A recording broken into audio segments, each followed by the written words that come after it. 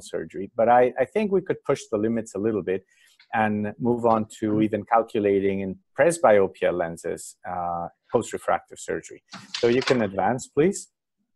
So this is just a picture of a few years ago, if you go down. 2009, when we could actually meet together for these kinds of meetings.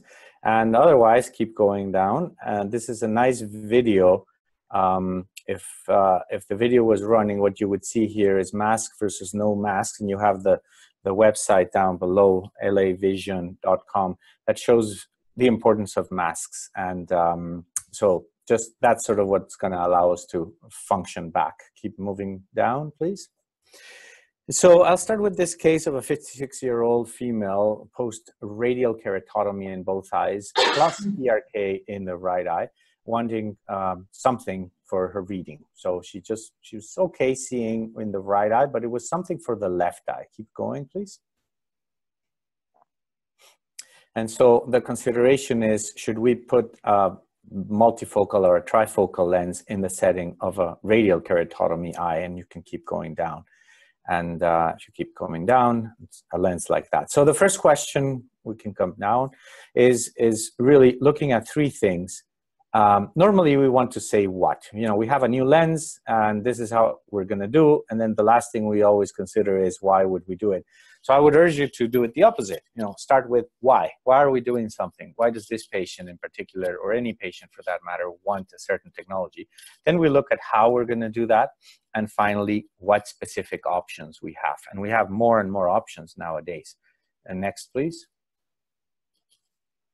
So I believe that presbyopia lenses should be considered in post-refractive surgery cases in well-selected cases. So not for everyone, and there's a few things. And it's obviously, keep going down, a question of decision, big decision. This was part of a photo I used in a debate, because obviously it's almost like a chess game, looking at the eye and the measurements and the aberrations and trying to decide whether we're going to lose our queen or whether we're going to do a checkmate and be successful with this. Next, please. So in every project that we do, we should look at the expectations of the patients, the accountability that we as surgeons have, and also what type of outcomes we're going to provide, and also how we're going to analyze those outcomes. Next. In terms of accountability, we'd like to look at the calculation post-refractive corneal surgery and patient selection as well. Next.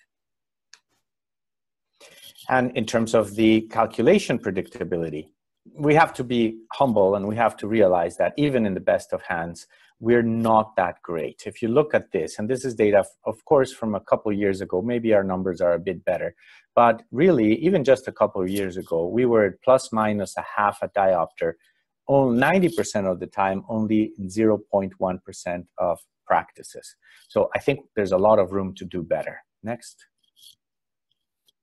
There's, of course, a lot of variables, and we're adding things like the white to white and the lens thickness, but always with the center part, the ELP, the effective lens position. That is the big challenge. Where is the lens going to sit finally after everything we do, and how do we factor that into the equation? Next. So the three refractive messages, or the three messages for post-corneal refractive surgery calculations are: first, the main problem is the corneal shape. Second, we must determine which corneal refractive procedure was performed, especially for number three. In order to use properly the Asker's calculator and other formula to give us good results, then we need to know exactly what procedure was done. But this doesn't mean necessarily that we have to have a lot of historical information. That's an important fact. Next, please. So first of all, who was Gullstrand? Alvar Gullstrand. He was a Swedish ophthalmologist, and he came up with the Gullstrand eye, schematic eye, and he also said, well, this is the ratio that we're going to use for the cornea. Next, we're going to look at the posterior radius of curvature and the anterior radius of curvature. But he had a few things wrong, in the sense that real eyes are more aspheric than perfectly spherical, and real eyes also have different indices of refraction. And finally, when he started offering suggestions on the posterior aspect of the cornea, well, there weren't really machines to measure that like we have now. So next.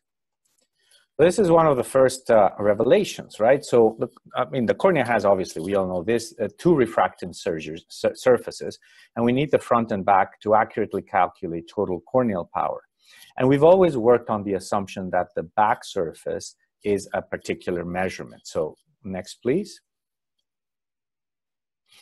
We now can certainly determine the posterior radius of curvature by looking at, you see the two boxes there. The top box shows us the front or the anterior radius of curvature in the RM 8.19 is a normal eye, and the back curvature RM 6.8. Next. So the problem is that Gallstrand assume a certain ratio and assume a certain index of refraction, 1.33. And in general, this overestimates, of course, I mean, corneas vary in all of this, but he sort of made those assumptions, assuming a posterior anterior ratio of 88.31. And this overestimates the corneal power by 0.8 diopters on average, thus providing us a hyperopic result. And that's the biggest thing. This is just to stand up. This is just in virgin corneas, virgin eyes. So in the reality, the PA or the posterior anterior ratio is closer to 82.3, and we really should be using a different index of refraction of 1.3315. This has already been applied in certain formulas like the Haigis and Olsen. Next. So the assumed posterior radius of curvature is 6.8, but in reality, it should be closer to about 6.17 millimeters. Next. So you can see that we're sort of right off the bat, we're at a disadvantage when we're doing calculations, even in normal size. Next.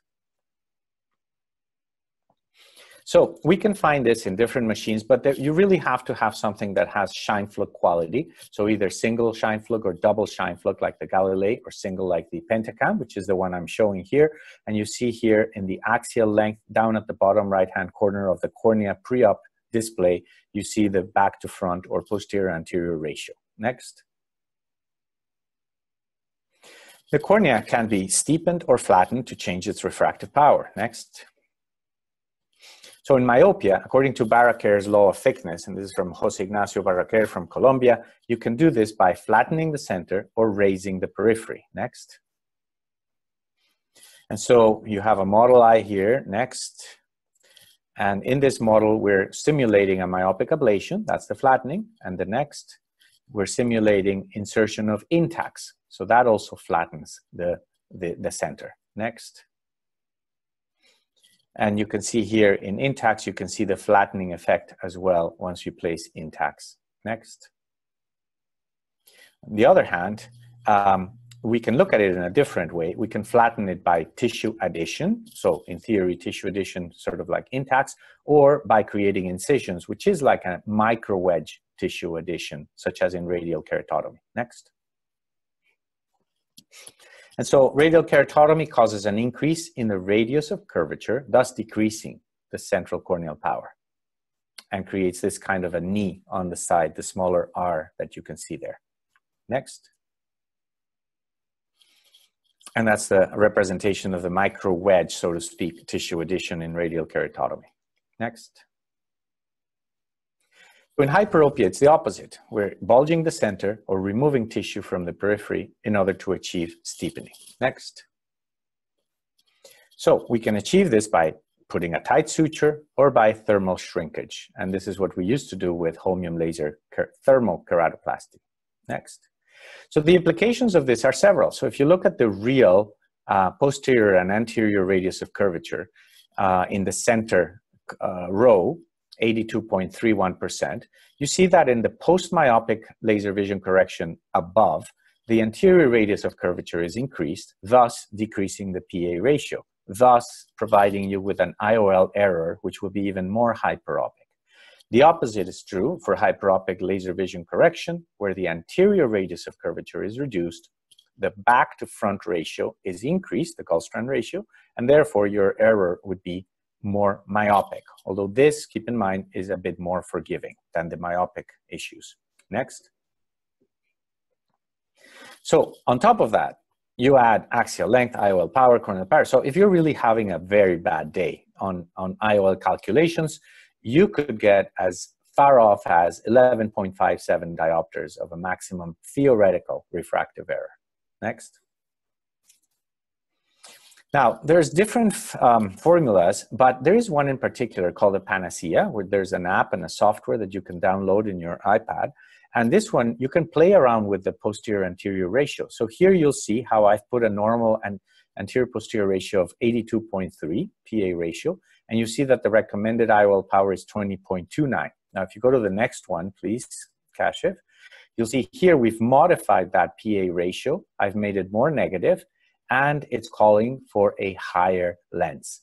So in essence, if I had left the previous lens that I showed you, we would have ended with a hyperopic result. So you see the importance of the PA ratio, and you can really get a very good understanding not only of the PA ratio, but also the asphericity or Q value, which we'll talk about next, in using this formula. Next. So we have all these new formulas. Some of them specifically look at the ELP. Some look at the real K. You're looking precisely at the Gallstrand ratio and asphericity, like Panacea. But some of the others, Barrett, Hages, Hill, RBF, are based on a number of other factors. But you can see that there's no single formula that covers everything. And that's why it is a good idea to get some variability or some different formulas just to see if all the results are consistent. Next. So the other aspect is the aspect of Q. And this relates to the corneal asphericity and relates to the geometric aspects of the cornea. So kind of mathematical geometry of circles, ellipses, parabolas, hyperbola. Next. And so to put it simply, look first at where it says oblate. So oblate is the new shape of the cornea after a myopic laser ablation. So it's above the ideal sphere. Prolate is below. So by convention, if it's below, it's under, it's less, so it's minus. So a prolate cornea has a minus Q or a negative Q, and an oblate cornea has a positive Q following myopic ablations. Next. This is important because the cornea naturally has a central negative asphericity. And remember this number. You only have to remember 0.27 and 82.3. So 0.27 negative Q is the normal value. Next. For the cornea. And you can get that Q value from a number of machines. Here I'm demonstrating it on a Scheimpflug instrument where you see the Q value highlighted there at 30 degrees, minus 0.11. Next. So if we look at the asphericity, hyperopic ablations, once again, end up with a negative Q value. Next slide. The myopic ablations end up with an increased or oblate Q value. Next. And this is a nice table that summarizes all that. So if you look at the center, normal corneas, spherical aberration that's normal is around 0.27. Q asphericity is minus 0.27. That's why I said all you have to remember is 0.27. Q is negative. But if you have an oblate cornea, those numbers go up.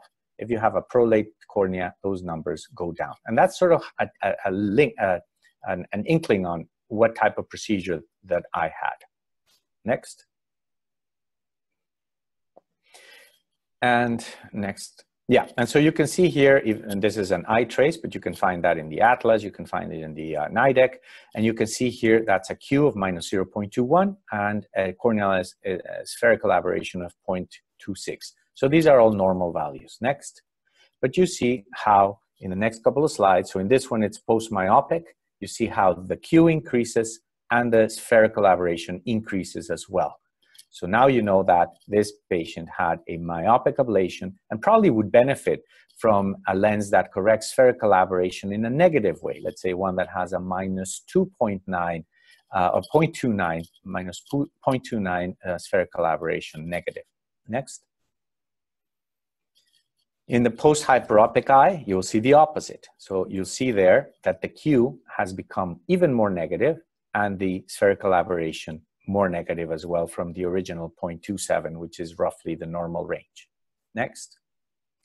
So with that information, now we can look at a summary of the table, and this all makes more sense. And this is without knowing any history, without telling you, the patient just telling you, you know, I had something done in my eye. You can really target this and apply it to your lens calculations. Next.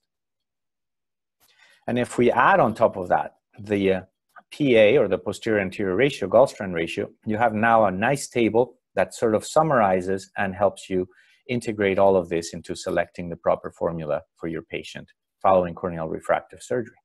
Next. So with that, the easiest way is just to say, well, go ahead and use it in the Asker's website. So you have prior myopic LASIK, hyperopic, or prior RK, and you can keep going down.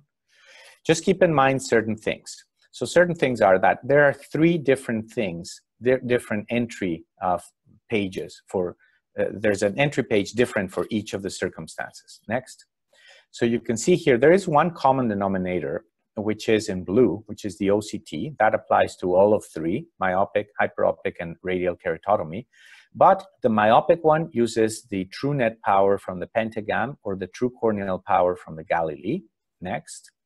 The hyperopic page uses, does not use that. It uses all sorts of other things that you can see there, the refraction, topography from a different machine, but don't cheat the system, right? So always use exactly, and you can click on that and it will tell you exactly where to obtain that information.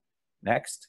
And radial keratotomy uses the pentacam as well, but it uses a different one. It's the power of the pupillary area, 4.0 millimeter zone, okay? So make sure you know, next, what you're inputting, because as long as you input the right thing, then the formulas will come out very nicely. So what you need apart from biometry, these are sort of, it's a division, it's a table that shows how you would benefit from having the history, what type of topographer, what type of pentacam printout, as well as the OCT. Next. So with that, you'll get a summary. And once you get the summary, you'll get the summary of the average, minimum, and maximum lenses. Next. This is just to show what the OCT does. It really looks at the front and the back of the cornea, applies the formulas. Next. Trying to best calculate the effective lens position. And you can go into that information website, which is Cool Lab, but this is now integrated as well in the Asker's website. So I just run it always. Frankly, I'll have to say that if I'm going to eliminate or discard one of the values, it tends to be the OCT formula. But this is to show you how it's done. Next. And in fact, in a couple of studies where you get the information, you see the information, you got the anterior and the posterior radius of curvature or corneal power. Next. Keeping in mind that the posterior is more negative. Then when they did the comparison with OCT, the mean absolute error in post-myopic was smaller than with the IOL master, but this was the 500. And if you go to the next slide, for a post-hyperopic laser vision correction, the mean absolute error was even less, 0.26 with the OCT compared to the IOL master 500. Keep in mind, as I've mentioned a couple of times, post-hyperopic laser vision correction, our calculations are a bit more forgiving. Next. So this is a depiction of all the different formulas, and you can see on the left-hand side clinical history. It's actually, whether or not you have the formulas, you'll get a very good result just by clinical history alone or not having any clinical history. And you see the average power all the way to the right. Next. But the one thing that is, if you want to really make it simple, is just use the Barrett and the Barrett True K formula. You can see that it gives the least amount of mean absolute error, and it's just right there, whether or not you have history. Next. And here is another with no prior history, and again showing a good result with the Barrett True K. Next. So in terms of accountability, we've looked at IOL cast calculation, or we now have to decide which is the type of lens that we're going to provide in these cases. So we've done our due diligence with all the calculations. So now do we just stick to a monofocal lens, or do we take the plunge and start using presbyopic correction lenses? Next. So the question is always, well, why insert a multifocal lens in the setting of a distorted, so to speak, cornea? Next. So you see that there's a lot of distortion that we're trying to introduce into the system. But the reality, next, is that if we look at the modulation transfer function, and this is just an ideal case of one of my staff, you can see the blue box there shows the cycles per degree and the amount of the MTF for the ideal situation. So that's a really good optimal situation. And then I'll flip through different slides. If you want to advance them, please, Kashif. You will see post-multifocal IOL, it sits right in that curve, so we get good quality with a multifocal IOL. Next, which in true is a bifocal lens.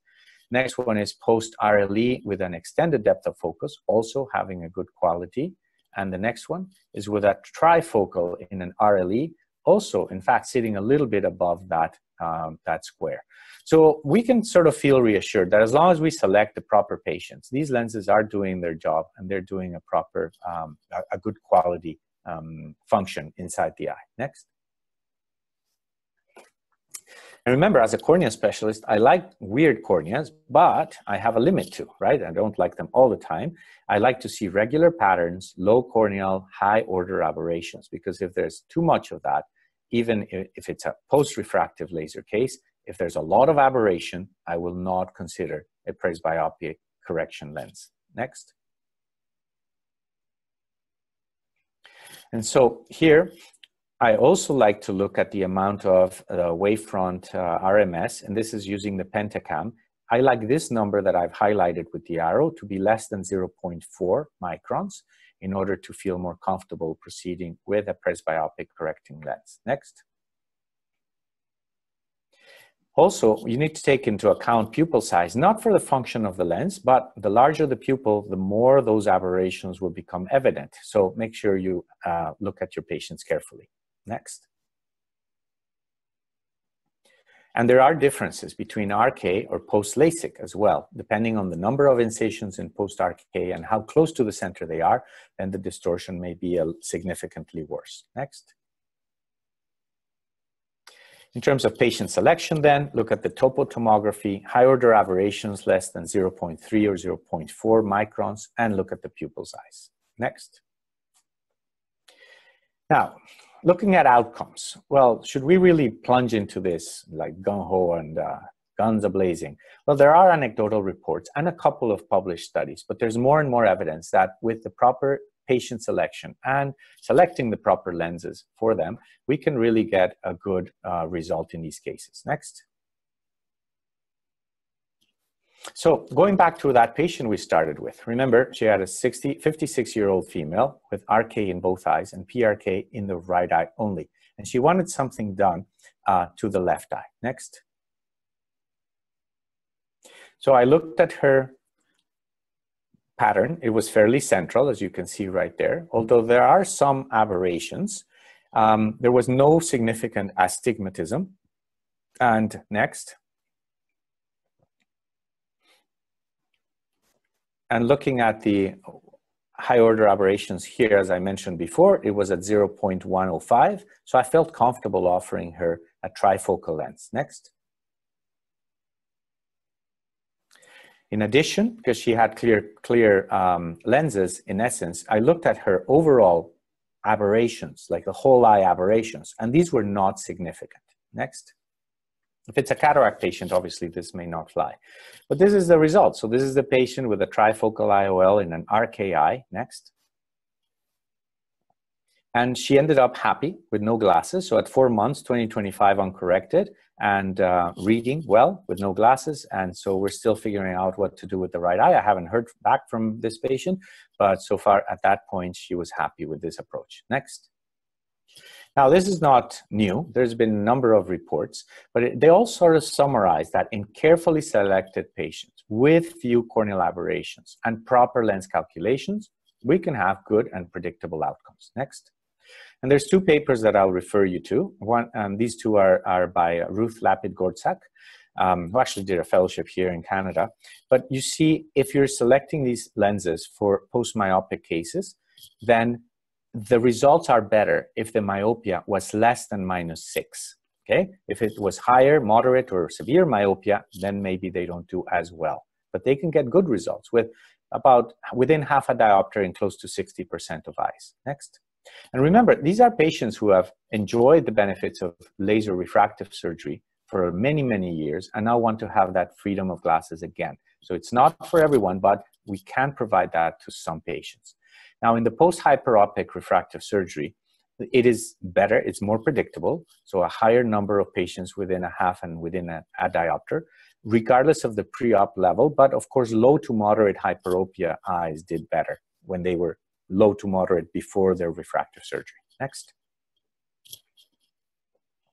And there's other ways of looking at this. So Ming Wang in the States has looked at this and has looked at the different lenses, talking about spatial precision and spatial tolerance and the decentration level. But if you see, once again, we see that value of less than -6 diopters, or in mathematically more than -6, in other words, low myopia before surgery, and minimal corneal irregularity.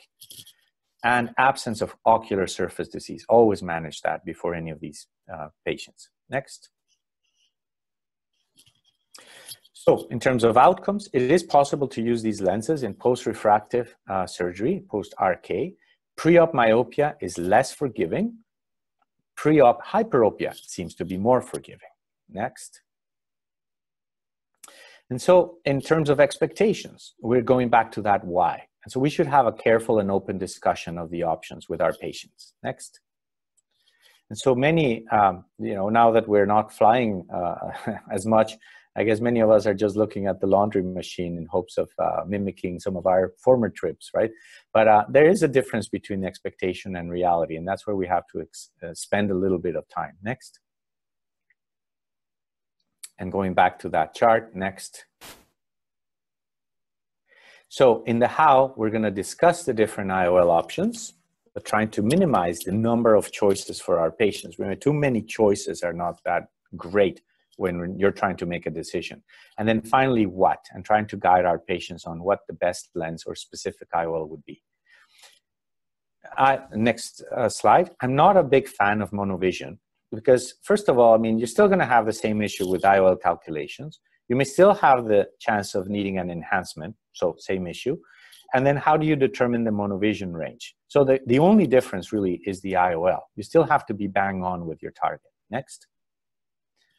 And really, I don't think is as cool, although some people adapt to that. And if they come convinced that that's the way they want to go, perhaps this is an option. Next. But I think that having a greater range of vision is a bit more cool with the current options that we have. Next.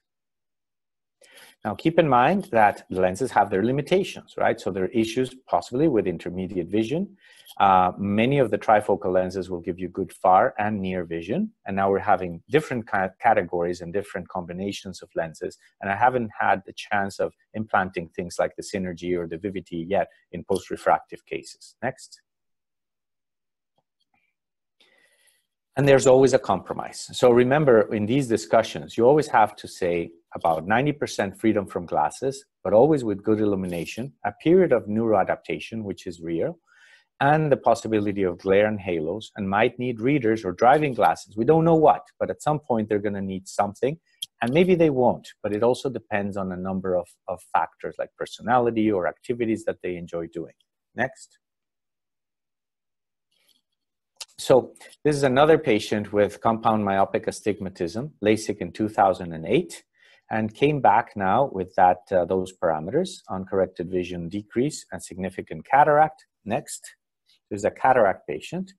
And I ended up selecting the lens. And see, this is what I always tell patients. Look, even though I'm lecturing on these things and I'm giving talks, I wasn't bang on the calculation. You can see there that the result was a bit myopic in this particular case. Even so, she had compound myopic astigmatism, and I had selected the lens appropriately at 21.5, but it was not the lens that gave us the result. Next. So I did an IOL exchange. And so be very comfortable. And there's different formulas. The one I have used is the one in the Hill website, Warren Hill. And it's very easy just to calculate. It called for reducing the lens power by almost 1 diopter. So I did an exchange for a plus 20.5 diopter. Next. Now here's the kicker. I already knew what the first eye had done. I already knew how to solve it. And I factored all of that in the second eye. And I got a similar result in spite of that. I got a myopic result in spite of all of this, okay? So I had to do an exchange also in the other eye. So that's why I say that talking to the patients, it's so important. Even in the best of calculations and formulas and everything, you have to explain that there is a chance for a lens exchange. And I did that in both eyes, essentially, until she was happy. And so she ended up with good vision, no glasses, and functioning really well. Hairdresser or massage therapy. So her intermediate vision was sort of the important thing for her. She loved this extended depth of focus lens. Next. So to summarize, look at the expectations, discuss IOL calculations, other procedures that may be needed, be accountable. So make sure you look at the IOL calculations, decide if it was previous myopic or hyperopic, look at the high order aberrations and know your IOL options. And then outcomes, discuss the results and be prepared for a touch-up with either laser vision correction or an IOL exchange. Next.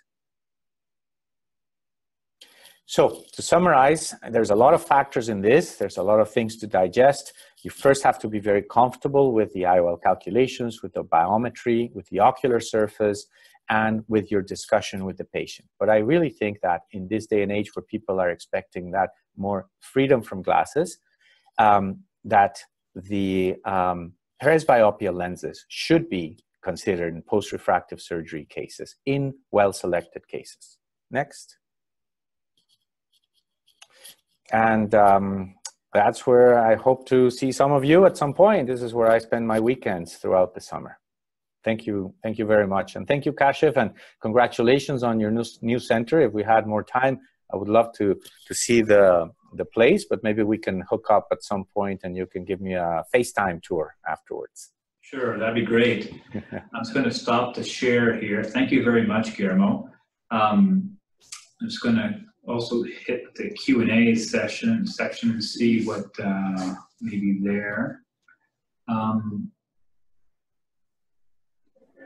Okay, so Guillermo, I had a question regarding, when we started off with these traditional multifocals, these bifocal lenses, and we would kind of almost group think it into like, oh, these patients are post-refractive, therefore we should not or we should use it. But now with a bit more sophisticated imaging and diagnostics and looking at aberration profiles, would you say that the blanket statements that we would use previously are no longer valid, and we should really look at, as you mentioned, cases on a case-by-case basis, having in our mind the, whatever cutoffs we think are appropriate for certain aberration profiles and things like that to go ahead with these lenses? I honestly, I really think so. I really think that we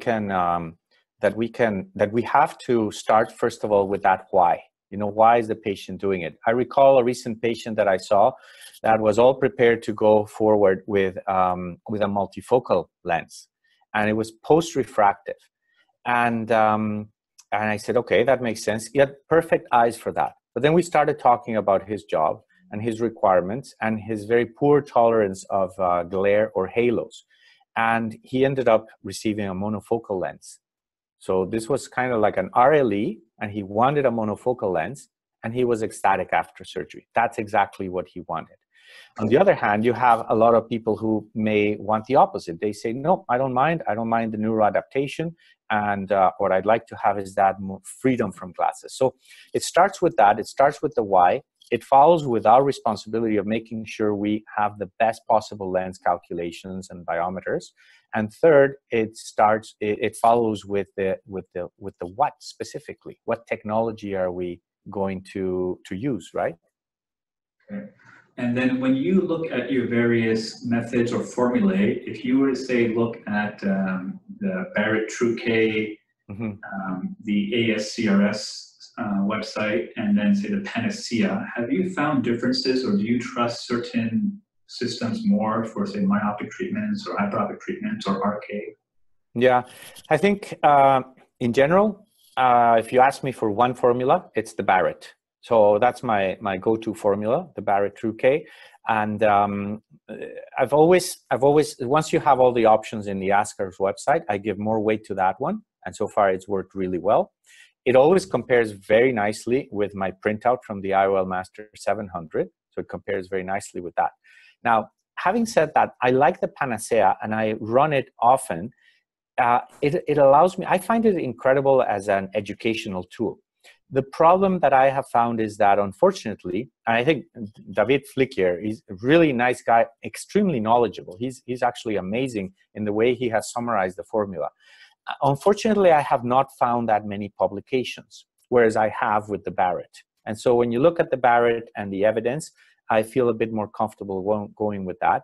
But I love to sort of play around with the numbers and see the implications of different things with the Panacea. And I've had some other challenging cases that there's not enough time here to discuss, but one, a post-DSEC, post-LASIK calculation that actually, if I had gone with the Panacea, I would have been very, very close. So it's a very powerful formula as well. But to keep it simple, I use the Barrett.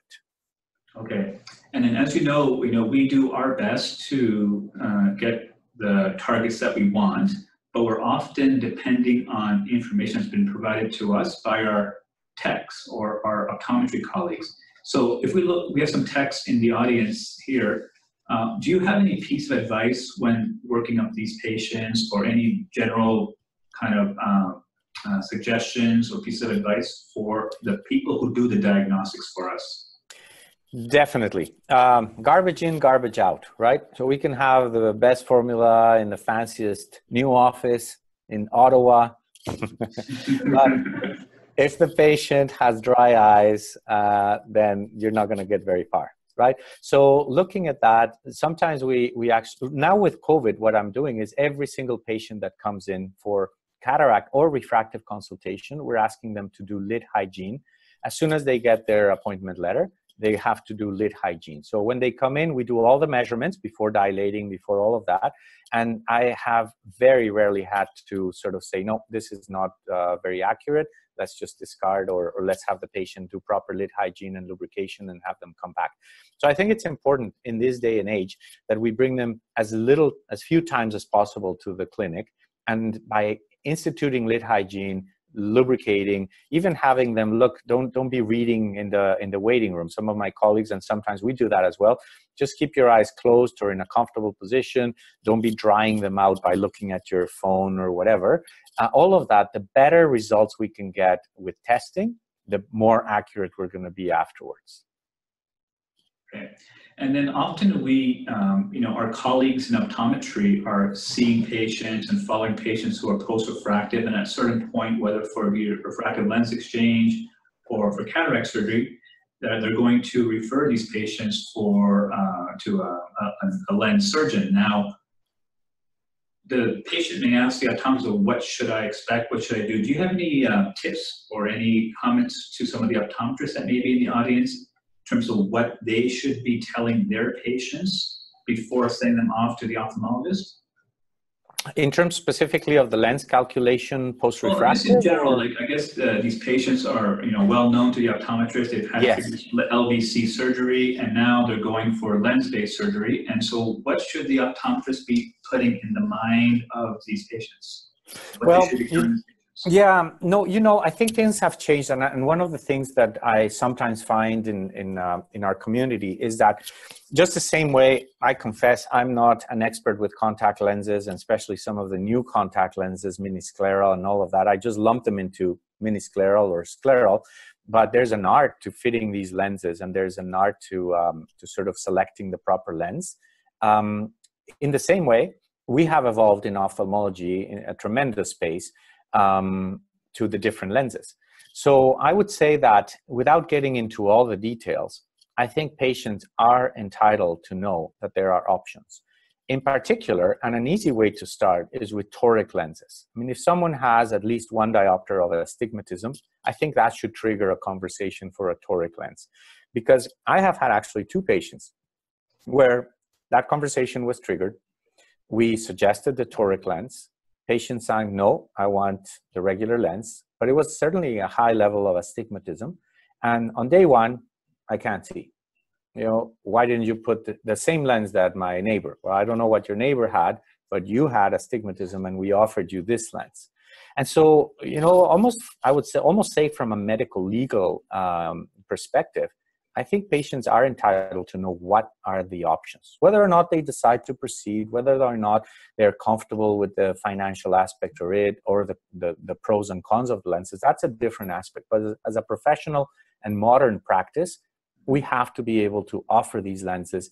And I think if you're asking me from the referral point of view, just knowing that, your ophthalmologist may suggest or may offer presbyopia correcting options or astigmatism correcting options, I think even knowing that would be great. Okay. And then once you get to the patient, they've agreed to have surgery, do you use or do you have comments about intraoperative aberrometry and its role in these post-refractive patients? Yeah, so there's two ways of approaching an adjustment once the lens is in. One is the aura with the intraoperative aberrometry. Personally, I think it would be great to have it. I think it's an expensive machine for the type of practice that I have. I also, from the comments I hear, because I've never used it, there's a bit of fiddling and refilling the eye and everything. I think it probably works well for the adjustment with the toricity and the alignment of the cylinder. There was one study, and I can't remember which one at this point, but I remember seeing one study that with the current formulas and with really good, with very good biometry, you're pretty much at the same level as an intraoperative aberrometry. So the question is, do I get that machine, very expensive, to change maybe 1 in 100 lenses and have every single case delayed a bit because of the process it takes to do? I'm not sure. I don't think it would fit in my practice. The second aspect is the light adjustable lens. So I did a few eyes back 7 or 8 years ago when I had the light adjustable lens technology. They work amazingly well for post-refractive cases. There's no question. There's limits, ±2 sphere and also 2 diopters of cylinder. The problem is nowadays, first of all, with COVID, it doesn't make sense to be bringing these patients back because you put the lens, they have to wear sunglasses or UV protection glasses until all the lens has been treated with the UV light machine in your office. And it takes several treatments for adjustment and then a treatment for lockdown. So they're wearing these glasses for weeks on end, coming to the office, being dilated, spending time. It just doesn't make sense right now in my practice and with COVID. And second, with the new formulas and with the new lens options, we're really limited with the light adjustable lens technology in the sense that we're not going to be able to provide the full range of vision. Finally, there are newer ways of light adjustable lens with femtosecond lasers that will work in many, many lenses, hydrophobic acrylic lenses. And that I think would be very interesting because they come in, you adjust it, you could revert it, you could create multifocality. And I think when we have that, that will be very, very attractive for any practice. And then post-operatively, if you're off in terms of your refractive target, what is your preferred method of correcting the refractive error? Is it you go laser? Do you try to exchange? Do you do rotation of lens? What's your, how do you navigate that? Well, it depends on what it is. I have had to enhance with laser very few eyes. I would say for that matter, the case I showed with the 2 IOL exchanges is probably one. The one that I described before, the LASIK plus DSEC, was another one. But it's rare, but depending on the degree and depending on the situation, if it's a simple rotation, I would just rotate. And in fact, sometimes I have been able to rotate a lens right at the slit lamp for a toric lens on day 1 or when the pupil is still dilated. I probably would prefer an IOL exchange because I feel if you have a lens and the variables in there, plus you add another aspect to the cornea, I just think it's adding one thing on top of another. I'd rather deal with a lens exchange because now I know where the lens is going to sit, what it's doing, how the patient is tolerating it. Let's just remove it and exchange it. Okay. I have a question from the attendees. Dr. Rocha, do you have a preference between a trifocal versus EDOF lens for post-refractive patients? Mm-hmm. I urge you to just go back once again to that little circle, the why, how, and what, because that sort of goes along with that. I think the EDOF was a good way to get myself into this, because I think the EDOF lenses are a bit more forgiving. They have somewhat less glare and halos, and it was kind of a nice way of saying there's also a description of increased tolerance of cylinder. So I thought it was a good way of sort of saying, you know, let's just do this and get in with it. But now my preference has been trifocal lenses, frankly. Okay. And we have a comment from one of our technologists, getting the contact lenses out of some patients pre-op. What is your kind of rule of thumb for patients who are wearing contact lenses before their assessments are done, whether it be for hard or soft or toric? I know there's some things in the textbooks, but what do you do? Yeah, I do about 1 week at least off the soft, and then 2 weeks for hard. Okay, great. Any other questions from the audience? That's been very informative, Guillermo. I think there's a lot that we still have to kind of figure out. As you mentioned, the ELPs, that kind of holy grail of where we want to get to. But I'm really excited about some of these lenses that you can manipulate or adjust afterwards. So that's exciting next few years as this technology starts to come out. Exactly. But I'd like to thank you very much for your time. Sorry for the delay in starting this all up. No problem. And with your permission, I recorded. Is it okay if we put this on our YouTube channel for sure. a lot of people who are watching these things afterwards? So yeah, if you wouldn't mind sending me a link so I can also add it as well. Just sure. Yeah, that would be great. Okay, awesome. Okay. All right, Guillermo, it's great seeing you. I look forward to seeing you in person hopefully soon. And have a great evening. And thank you again for sharing your time with us. Okay, thanks a lot, Kashif. Okay, bye-bye. Bye-bye, see you.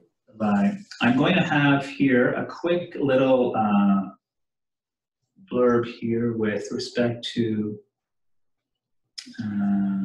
actually, you know what? The evaluation will be okay to come out, but it'll automatically come out. Yeah. Okay, so there's going to be an evaluation that's going to be sent out for you guys to fill out. And thanks, thank you very much. And I hope to see you guys around. Have a good night, everybody.